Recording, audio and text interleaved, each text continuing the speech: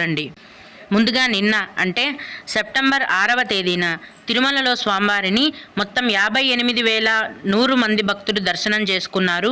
అందులో స్వామివారికి మొత్తం 20,817 మంది భక్తులైతే తలనీలాలను సమర్పించారండి.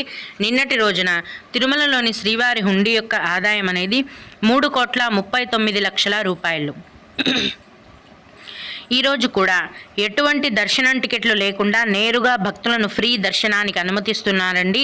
ఇలా టికెట్స్ లేకుండా నేరుగా వెళ్ళే ఫ్రీ దర్శనానికి ప్రస్తుతం 6 గంటల సమయం మాత్రమే పడుతోంది. అలాగే తిరుపతిలో ఇచ్చే సర్వదర్శనం టికెట్లను తీసుకొని దర్శనానికి వెళ్ళే భక్తులకు దర్శనానికి 4 గంటల సమయం పడుతోంది. 300 రూపాయల దర్శనం వారికి మరియు 500 రూపాయల దర్శనం వారికి దర్శనానికి 3 గంటల సమయం అనేది పడుతోంది.